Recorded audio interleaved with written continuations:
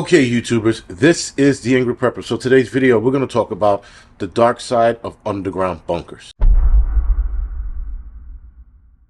Now, why are we talking about this? Well, because there seems to be a lot of looking into underground bunkers and looking into certain companies.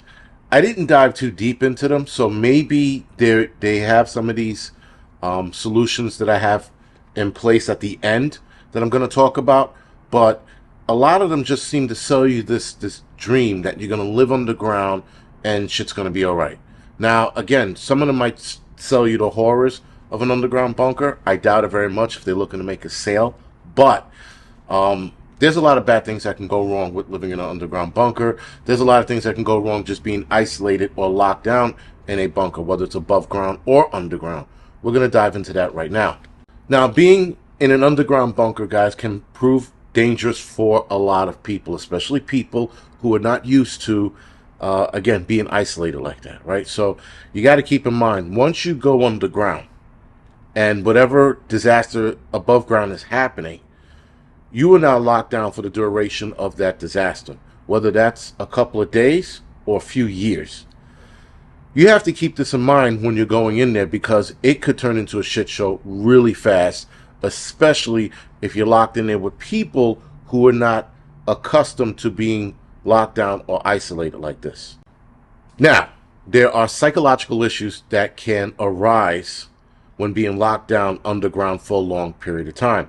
Now, I know that some people might be able to deal with it for a couple of days, but you have people that can't even deal with that.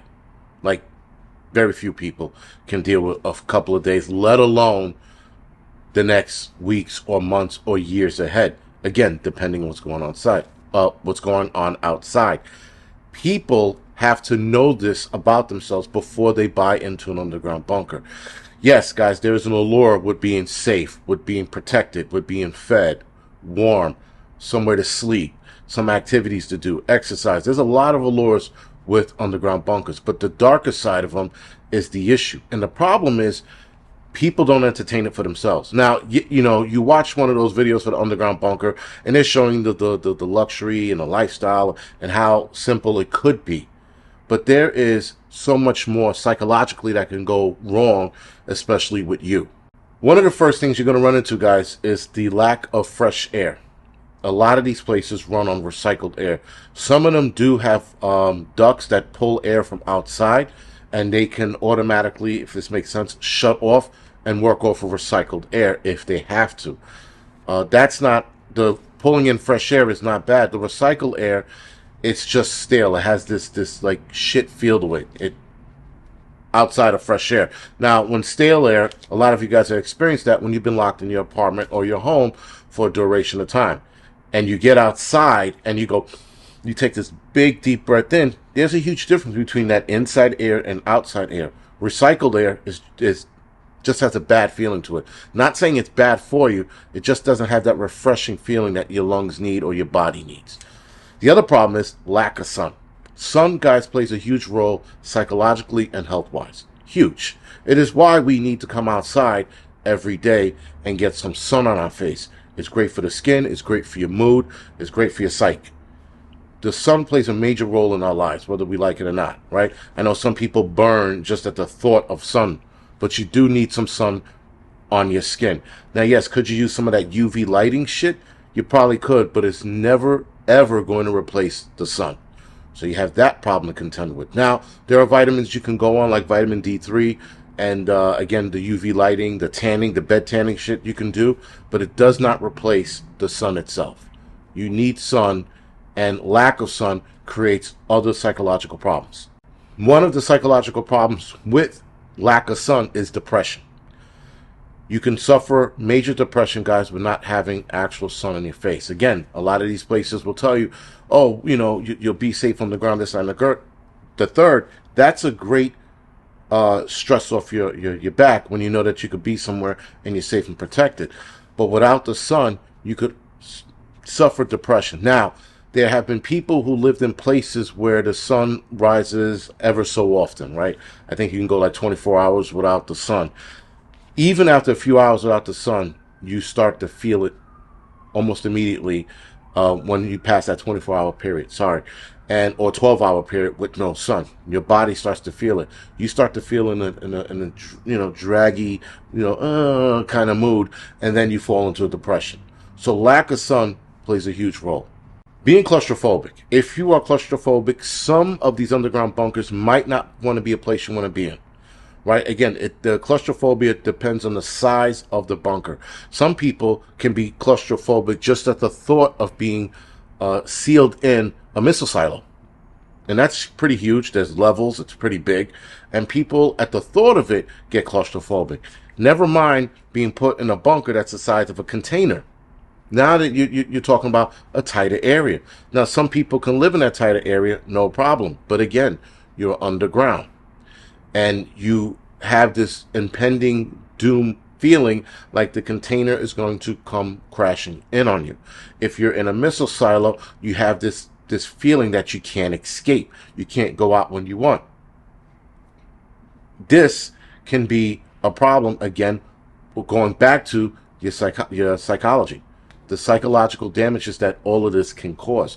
Now, there are some things, again, I'm going to discuss later in the video that can mitigate some of this stuff, but it's absolutely not going to end it altogether.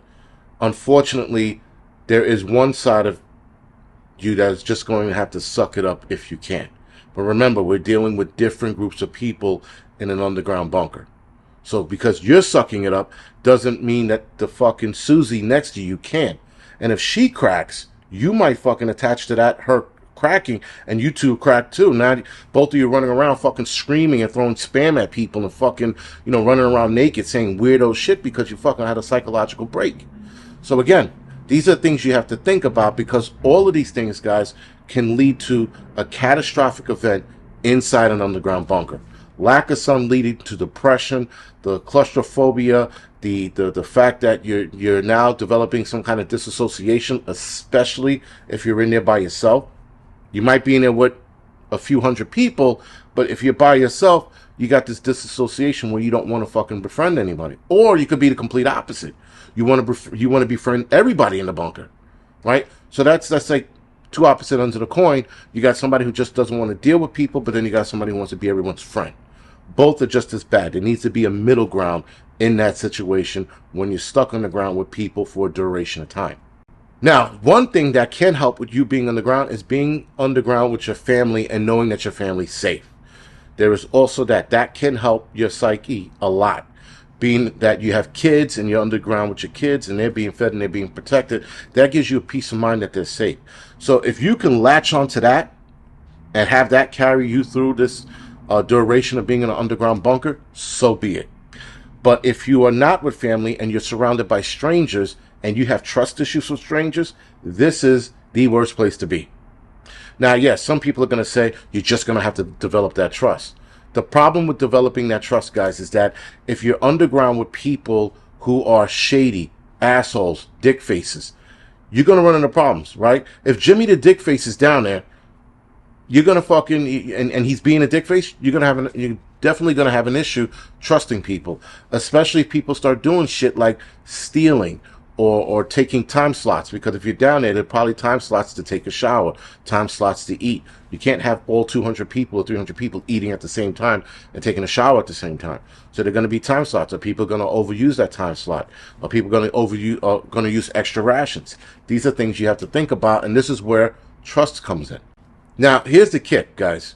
You're underground, you're chilling, you're safe, everything's good, but you know that something bad is happening upstairs, above ground. You know that shit is on. You know that people are dying, but you're sitting here safe. This can psychologically affect you as well, because now the survivor guilt starts to come into play. Why am I sitting here and those kids upstairs are dying, or people are dying? So that can psychologically break you. A high stress situation and being isolated or locked down can absolutely add to the stress of what's going on and psychologically break you as well. And here's the thing, guys. We saw how people broke with being isolated during lockdown for Mr. 19, COVID. We saw how people were reacting. Like, I don't like being locked down. I got to get outside. It's driving me crazy. We saw all those. Well, I didn't see them, but I heard of a lot of the YouTube videos and Instagram and TikToks of people crying about being locked down during the Mr. 19 event, right? So with that, guys, if you saw people in their own homes acting a fool because they were being isolated or locked down, imagine a psychological break you're going to have with people being locked underground for a longer duration. These are the things that have to be thought about. So vetting process for these underground bunkers are going to be excruciatingly needed, because it's going to be a needed thing to vetting. Now, vetting somebody is not the only way. You also have to do psychological vetting. Though such psychological vetting will not always prove the person is great for your underground bunker community. Because again, high stress situations, guys, can change a person. This guy you're vetting, this guy you're sitting with across the table from you, you're asking him all these questions, and then he turns around and he's like, yo, I'm good. And then you go, all right, and you get to know him a little bit, and you're like, all right, this guy's solid. Well, now the event happens. Mr. Solid starts fucking falling apart and folding in like origami, because you're like, what the hell? A little bit of, not a little bit, but a high pressure situation can do that to people. The fact that they're calm now because the situation's not happening, when the situation does happen, it can absolutely change who they are like that. So with that has to be considered during the vetting process and the psychological evaluation. Now, here's the solutions for these kind of things. If anybody's watching that owns one of these underground bunkers, communities, or thinking about it, you have to put people through a 3-day or 1-week boot camp. You choose the length of time you want them to be underground. But you have to put them in a high stress situation, and you have to isolate them. And you have to see how they function and work with others when they are in this boot camp. This boot camp should actually be done before you take the person's money or before you invite them into the community. You need to know exactly who you are working with, who you are talking with, who's going to get your back if the shit is on. Can these people handle firearms if they have to go topside, because now it's time to go topside, but society fell apart? Can you trust this person? Once they're underground, guys, they're dealing with all the psychological problems with being underground. Once you go topside, that's an entirely different ballgame, because now you have to psychologically soothe these people before they go topside to prepare them for what they're going to see topside. So that's actually another video in itself, or conversation in itself, sorry. But a boot camp event, a high stress situation for a few days, it's going to tell you who these people are and whether or not they're worth joining your bunker community, your underground bunker community. Now, when you are observing these people, you have to observe how they work well with others and how or what their work habit is as well. So obviously, if you're in one of those bunkers where you don't have to worry about working, fine. That's weird to me. But if you got one of those underground bunkers where you have people who are doing all the work and these people are just enjoying their life, fine. But if you're in one of those bunker communities where jobs are handed out, you have to see how these people work well, and you have to see their work habits. If this guy's a lazy bag of shit, you want to know that before you invite him into the group. I had a guy in my group who was a lazy bag of shit. This is years ago. And while we're camping, I'm watching him watching other people work. And I'm sitting there like, holy shit. Now, I'm looking at people now glance at him because he's just sitting there on a rock. Like he's some fucking model or some shit. He was sitting there like Jabba the Hutt. If I have to fucking be an asshole about it, I am. And he's just sitting there. So then I walk up to him and I tell him like politely, I'm like, yo, listen, while everybody's working, you got women that are working. You got women that are cutting wood, carrying wood, like using saws and axe, and you're just sitting there. I said, dude, do something. So what does he do after that? He picks up like 3 twigs and throws them in the pile. Whatever. So you don't want a lazy bag of shit like that in your group. And by the way, when you are telling people this, you got to be a little more diplomatic than me. I have to put that out there. I don't think I was as diplomatic as I should have been, but nonetheless, you don't want lazy bags of shit in your group. You want everybody to be a hard worker, and more importantly, you want everybody to be on the same page. Yes, you're going to have some disagreements, especially in an underground bunker. Disagreements can go sideways fast. So the fact that a disagreement can go sideways fast, you have to come up with a system to negate that so that it doesn't happen. If people disagree, there has to be some sort of outlet. There has to be some sort of way of making decisions without being a dictator. Because you don't want a dictator either. A dictator in an underground bunker or a prepper community is a bad fucking idea. But you also don't want to be too liberal where you're like, all right, guys, just do what you want. You don't want that either. You have to be balanced as you possibly can. And the best balance is actually taking shit to a vote, doing real voting, where you and the 200 people vote, and whatever the decision is, it is what it is. And people have to understand when that decision is voted upon, there's no more griping. It is what it is, right? So again, guys, these are things that you should be looking at when you are starting an underground community. Now, here's the other thing. Vitamin regimen. Vitamins can also help with depression. Depends on the vitamin regimen you have people on. Will also help with depression. Will also help with sleep. You want to make sure people are getting accurate sleep. The one problem with underground bunkers that I'm almost assuming is that people are going to be in an environment that is unnatural to them, sort of like being in a hotel, except for this hotel is going to be a long duration, and there's going to be this loss of sleep probably for the first couple of weeks. So you need to put people on a natural vitamin regimen that's going to help them sleep at night. You also want to put them on a vitamin regimen if they're suffering from depression. You don't want to go right to medication. You probably have medication stored away for depression and sleep and things like that. Don't go right to that. Go with vitamins and holistic approach first. And if that doesn't work, then you turn around to the vitamins, to the drugs. Sorry. Now, two more things you need to have, guys, is a weekly therapy session and an exercise room. Exercise has been shown to decrease depression. Exercise has been shown to relieve a lot of psychological issues, especially anger and survival guilt and shit like that. That's going to help. Weekly therapy session is going to help people talk it out. So that if they're talking it out, whether it's one-on-one or in a group or for both, people can get this shit off their shoulders and feel a little better. They're not going to feel fucking, like I don't know, Barbara Streisand better and start singing and shit like that, but they're going to feel a little better about the situation that they're in. So make sure you have those two things available. Exercise room is probably more important than a therapy session, but if you have both, you can absolutely, guys, mitigate problems down the line. So anyway, guys, I hope this video helps if you're thinking about starting a prepper community, especially an underground bunker community, if you will. Hopefully this video helps and gives you some kind of guideline.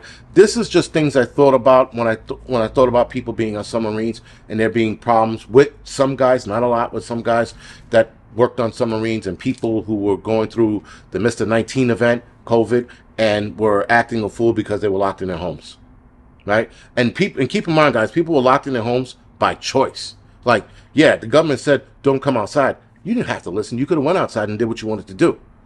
But people listen. So if people put themselves in that situation and still felt depressed, imagine being forced in a situation where you can't go outside. All right, guys. Other than that, this is The Angry Prepper. Thank you for watching.